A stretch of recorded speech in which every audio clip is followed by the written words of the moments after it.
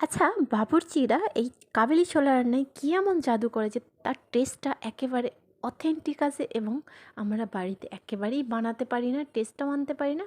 বিয়েবাড়ি হোক কিংবা পার্টিতেই হোক না কেন, এরকম কাবেলি ছোলা রান্না কিন্তু নর্মাল বাড়িতে বানানো যায় না। চিন্তার কোনো বিষয় নয়, আমি আছি তো। একদম পারফেক্ট টেস্ট এবং টেক্সচারটা আনার আমার দায়িত্বে, বলেই দিচ্ছি। বাই দ্য ওয়ে, আপনারা দেখছেন ইউনিক কিচেন রেসিপি। আজকের রেসিপি হলো কাবুলি ছোলার রেসিপি। তো ফার্স্ট আমরা পেঁয়াজগুলো কাটিং করে নেবো। তো পেঁয়াজটা কীভাবে কাটতে হবে সেটা একটু দেখে নিন। আমি এখানে 4টা পেঁয়াজ নিয়েছি। পেঁয়াজের পরিমাণটা কিন্তু গ্রাম হিসাবে 250 গ্রাম। আর পেঁয়াজটা কীভাবে কাটছি একটু লক্ষ্য রাখবেন। পেঁয়াজটা কিন্তু ফার্স্ট আমি স্লাইসভাবে কেটে তারপর হচ্ছে সাইডে দেখতেই পাচ্ছেন খুবই কুচো কুচো করে কাটছি। আপনারা কিন্তু পেঁয়াজটা অবশ্যই এই জিনিসটা এইভাবেই কিন্তু কাটিংটা করবেন।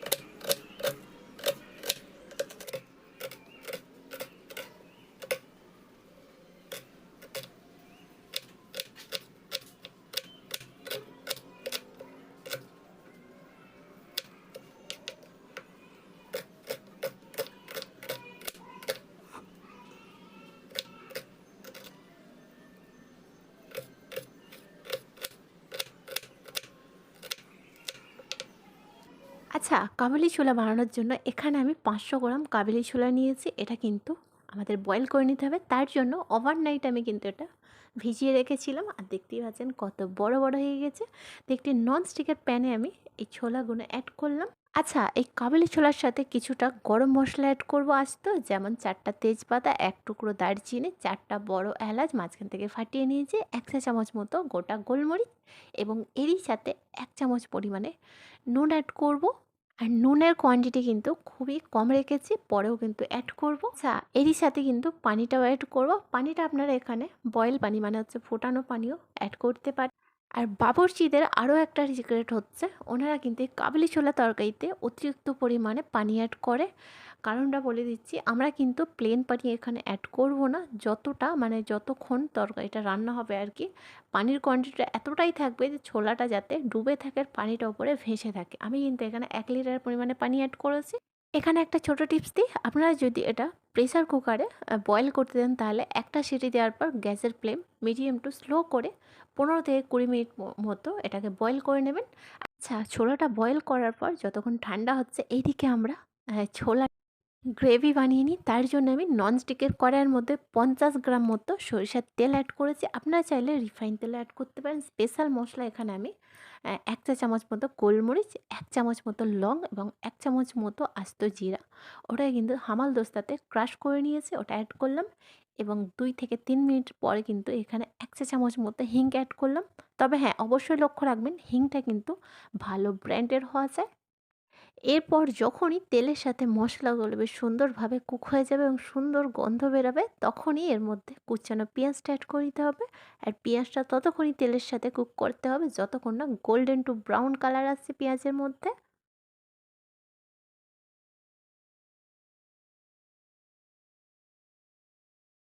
আচ্ছা, পেঁয়াজটা দেখতেই পেলেন গোল্ডেন টু ব্রাউন হয়ে এসেছে। এর মধ্যে আমি অ্যাড করব 3 চা চামচ মতো আদা রসুনের পেস্ট। আর এরই সাথে কিন্তু আমি স্পেশাল পানি অ্যাড করব। স্পেশাল পানি কেন বলছি, আমি যে ছোলার মধ্যে 1 লিটার পরিমাণে পানিটা অ্যাড করেছিলাম, এর জন্যই মানে এর কারণেই যে ওই বয়েল করা পানিটাই কিন্তু আমরা গ্রেভির মধ্যে অ্যাড করবো। আর গ্রেভিটার টেক্সচারটা কিন্তু মারাত্মক, মাশাআল্লাহ অনেকটাই টেস্টফুল হয়।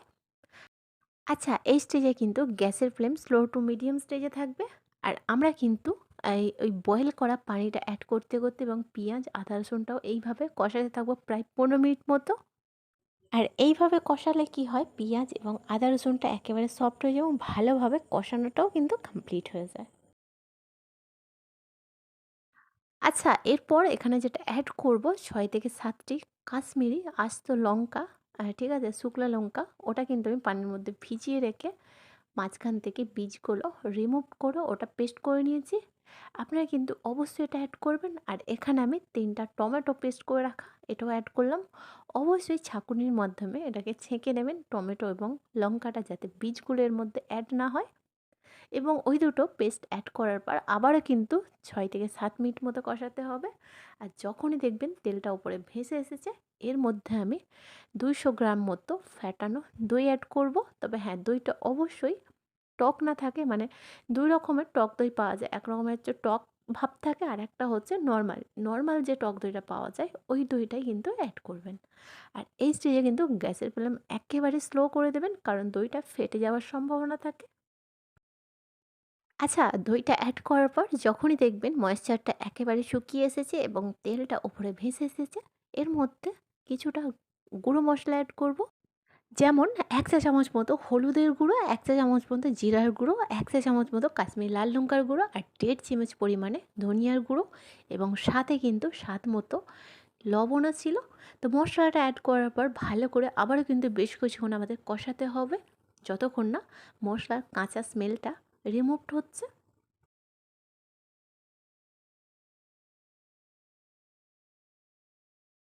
যখনই দেখবেন ভালোভাবে কষানো হয়ে গেছে, কিভাবে বুঝবেন যে ভালোভাবে কষানো হয়ে গেছে? দেখতেই পাচ্ছেন গ্রেভিটার টেক্সচারটাও কিন্তু একেবারে অথেন্টিক এসে গেছে, আর কালারটাও চেঞ্জ হয়ে গেছে, আর উপরে তেলটাও ভেসে এসেছে।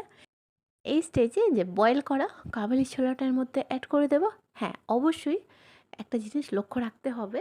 আচ্ছা, ছোলাটা যে বয়েল করেছিলাম আর সাথে যে আস্ত গরম মসলা অ্যাড করেছিলাম, সেগুলো অবশ্যই রিমুভ করে দেবেন ছোলা থেকে। তারপরে কিন্তু গ্রেভিতে এই ছোলাটা অ্যাড করবেন।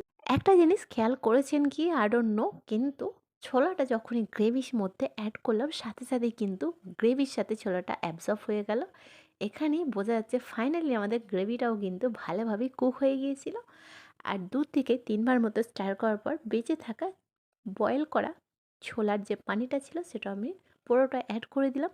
আবারও কিন্তু ভালো করে একটু জাস্ট ভালো করে নেড়ে ঢাকা বন্ধ করে ১০ মিনিট মতো এটাকে কুক করে নিতে হবে। আর বয়েল করা ছোলার পানিটা এর মধ্যে অ্যাড করার মানেই হচ্ছে এই ছোলার টেক্সচারটা এবং টেস্টটা কিন্তু মারাত্মক দ্বিগুণ আসে। তো ১০ মিনিট, হ্যাঁ দেখুন ঢাকা বন্ধ করার পর ওপেন করলাম ঢাকনাটা, আর দেখতেই পাচ্ছেন মাশাআল্লাহ কালারটা কিন্তু একেবারেই অথেন্টিক আর খুব সুন্দর কালার এসেছে, তাই না? এর মধ্যে বেশ কিছুটা ফ্রেশ ধনেপাতা কুচি এবং সাথে ৩ চা চামচ মতো তেঁতুলের পাল্প অ্যাড করলাম। অবশ্যই এটা অপশনাল, তেঁতুলের পাল্পটা কিন্তু আপনারা অবশ্যই অ্যাড করবেন। আচ্ছা, এরই সাথে আমি দিয়ে দেবো ১ চা চামচ মতো কাসুরি মেথি। আর কাসুরি মেথিটা দেওয়ার পর একবার ভালো করে আবারও কিন্তু স্টার করে নেব। এরই সাথে দিয়ে দিচ্ছি ১ চা চামচ মতো ছোলে মশালা। আপনারা কিন্তু এই ছোলে মশালাটা সুপার শপে পেয়ে যাবেন। তবে হ্যাঁ, একটা জিনিস অবশ্যই খেয়াল করবেন, ছোলে মশালার সাথে যেন আনার দানাটাও থাকে মশলার সাথে। মানে হিন্দিতে বলে আনার দানা আর বাংলায় বলে হচ্ছে বেদানার বীজ। অবশ্যই এটা কিন্তু জিজ্ঞাসা করেই মশলাটা কিনবেন। আচ্ছা, গ্যারান্টি যেহেতু নিয়েছি বাবুর্চি স্টাইল এবং বিয়েবাড়ি পার্টিতে যেরকম কাবেরি ছোলার তরকারি আমরা খেয়ে থাকি, সেই টেক্সচার এবং সেই স্বাদ যেহেতু আমি আনবো বলেছি, তো আনতে তো হবেই বলুন, কথা যেহেতু দিয়েছি। আর লাগছে না বিয়েবাড়ির স্টাইলে বাবুর্চির মতো একদম টেক্সচার এবং কালারফুল। তো আমি গ্যাসটা অফ করে দিলাম। অফ করে কিন্তু দেখুন আমি আবারও কিন্তু ফ্রেশ ধনেপাতা কুচি আবারও একটু অ্যাড করলাম। চলুন, অনেক কথা হয়েছে, এবার একটু প্লেটিং করেও দেখিয়ে দেওয়া হোক। এই কাবেলি ছোলার তরকারিটা কিন্তু আপনারা পরোটা, রুটি, লুচির সঙ্গে যে কোনো জিনিসের সঙ্গে খেলেই কিন্তু মারাত্মক। এর স্বাদ কিন্তু ভুলবেন না। আর আপনারা বুঝতেই পারবেন না নরমালি বাড়িতে বানানো হয়েছে। আপনারা বুঝবেন, মনে করবেন যে হ্যাঁ, এটা বিয়েবাড়িতে কিংবা পার্টিতে বসে খাওয়া হচ্ছে। আমি কিন্তু ফুলকো ফুলকো লুচি কয়েকটা বানিয়েছিলাম, তার সাথে এটা পরিবেশন করছি। আমার রেসিপিটি কার কার পছন্দ এবং কার কার ভালো লাগলো অবশ্যই কমেন্ট বক্সে জানাতে ভুলবেন না। আর বেশি দেরি না করে অবশ্যই মাইন্ডে নিয়ে নিন কবে এটা হঠাৎ করেই বানিয়ে ফেলবেন আর বাড়ির লোককে একেবারে চমকে দেবেন। বাই দ্য ওয়ে, আপনারা দেখছিলেন ইউনিক কিচেন রেসিপি চ্যানেল।